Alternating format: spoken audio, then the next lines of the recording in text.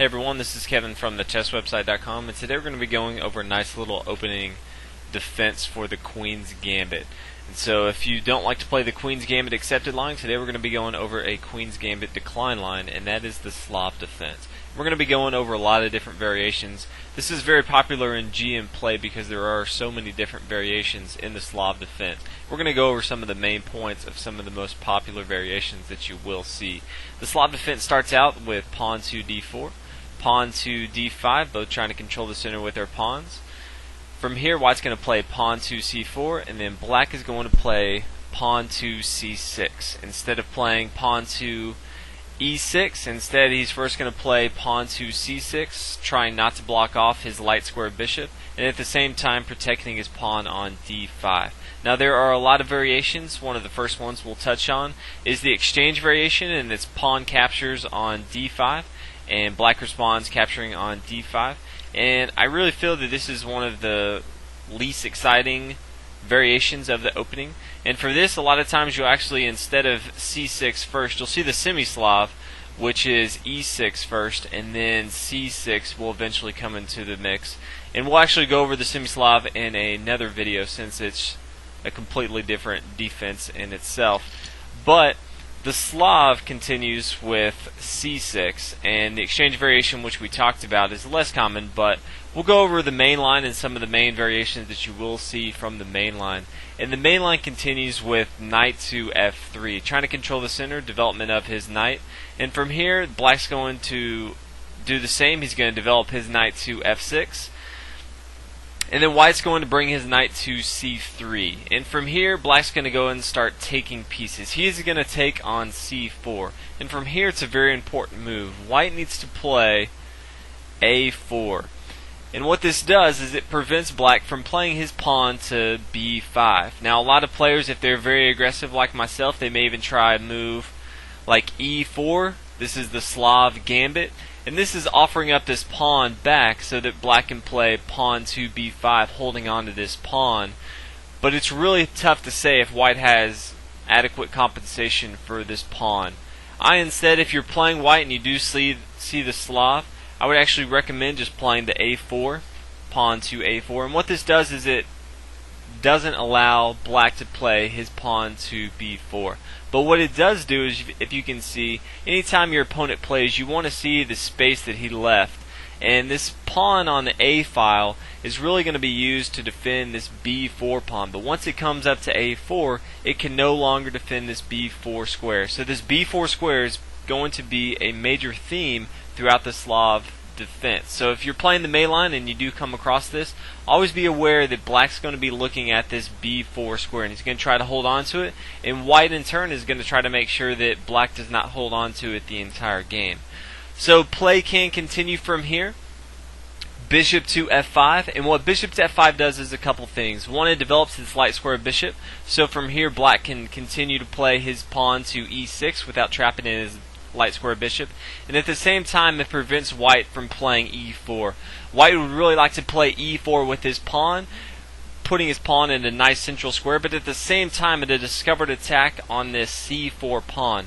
With our pawn not being able to be on b5, black's going to lose this pawn. It's all of a matter of how white takes it, and he would really like to play e4, getting great central control with his pawns, and at the same time taking on c4 with his bishop right here. Now, since white can't play e4 in this situation because our bishop is here on f5, instead you'll see pawn to e3. And what this does is two things. One, it allows to open up this bishop, this light square bishop, but at the same time it connects these pawns. Now, eventually white would like to play his pawn to e4, but he can't right away because our bishop. But he would like to play e4 because he would solidify the middle with his pawns, and at the same time, right now he's blocking off his dark square bishop on c1, and he would like to open that up. So right away he's going to play e3, and from here, black's going to play e6. Now anytime you see pawns on e6 and c6, eventually the knight is going to be played from b8 to d7. This is just the normal development for the knights if a pawn is on c6 and e6, and we'll see this later in the game. But what this pawn to e6 does is it allows our dark square bishop to get into the action. Remember, we'd really like to bring our dark square bishop to this b4 square. So from here, white's going to play bishop takes on c4, centralizing his bishop and at the same time equalizing in material. From here, we're going to continue with our game plan. We're going to bring our bishop to b4. This is going to be a great square for our bishop for the time being. We're pinning down this knight to the king, and at the same time, the pawns that would normally kick this bishop out would be on c and a, and both of those pawns can no longer kick this bishop out. So for a while, our bishop's going to be here until we don't want him to anymore. Now from here, you'll see white castle, and he castles kingside because his knight's being pinned, and he doesn't want his knight being pinned anymore. So he's just going to get his king to the castle kingside to get it more king safety. And from here, we're going to do exactly what we talked about before. We're going to bring our knight to d7, and this is a great development square. Knight can come into the middle anytime he wants. Next, we can castle kingside if we want for king safety, but this is going to be the main line that you'll see in the Slav very often. And from here, there's a few things that you want to keep in mind. Black eventually would like to play a move like to c5 or e5, trying to break up the middle. And white would really like to play a move like e4, trying to gain center control. So it really comes down to these different themes of what both sides are trying to do. Black the entire game tries to hold on to this b4 pawn, this b4 square. And at the same time, if you see the white knight come to h4, a lot of times players will try to get the bishops away from your opponent. You can leave your bishop here. A lot of times players will not only allow the other team to take their bishop, but let's say black castles kingside and the knight takes on f5. A lot of black players like to let white do this, so when they recapture, they have more control of this e4 square. Remember, the center is very important, so if we have more pressure on this e4 square with our knight on f6 and our pawn on f5, this is very strong for black. So these are a few ideas that you'll want to take a look at when looking at the Slav defense, especially in the main line.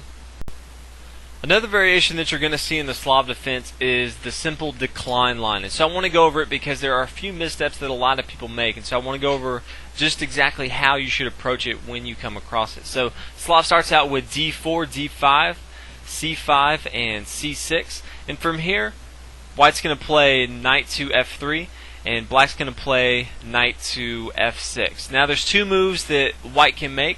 We went over the c3 move, but a lot of times you'll see the white pawn come to e3 right away. He's not trying to bring his knight into the action yet. Instead, he's freeing up his bishop, so if black takes on c4, he doesn't have to worry about playing a4 and worrying about this b4 square the entire game, which a lot of white players don't like to worry about. Instead, he plays e3, so after black takes, white can simply come down, capture with his bishop on c4, and he doesn't have to worry about this b4 square or his pawn on a4 the entire game.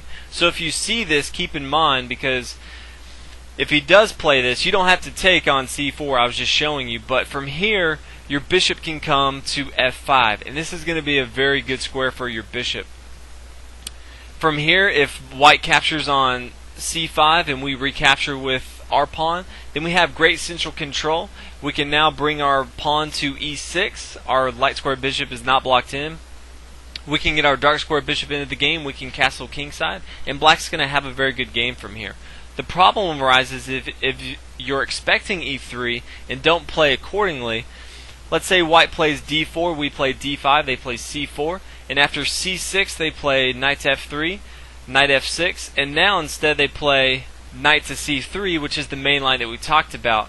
Now let's say we try to bring our bishop into the action on f5. Now remember, before we didn't play this as our first move, but let's say we try to play it now thinking that it was e3. Now from here, this is going to be a huge mistake.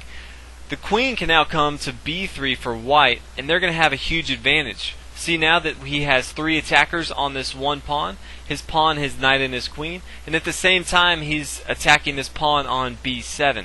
Black can't defend both of these without losing a tempo. He's going to have to move his bishop back to c8, and this is going to be very bad for black. So keep in mind that if he plays his knight, then I would go ahead and move along with the main theme that we talked about earlier in the video. And if he plays e3, then it's going to be safe for you to play your bishop to f5, but not otherwise. Make sure that you always have all your different variations in your mind so that you don't play the wrong thing and get completely messed up. So this is the Slav variation. Hope you guys learned a lot on this Queen's Gambit decline line. If you haven't already, please subscribe. Thanks for watching, and I'll see you guys next video.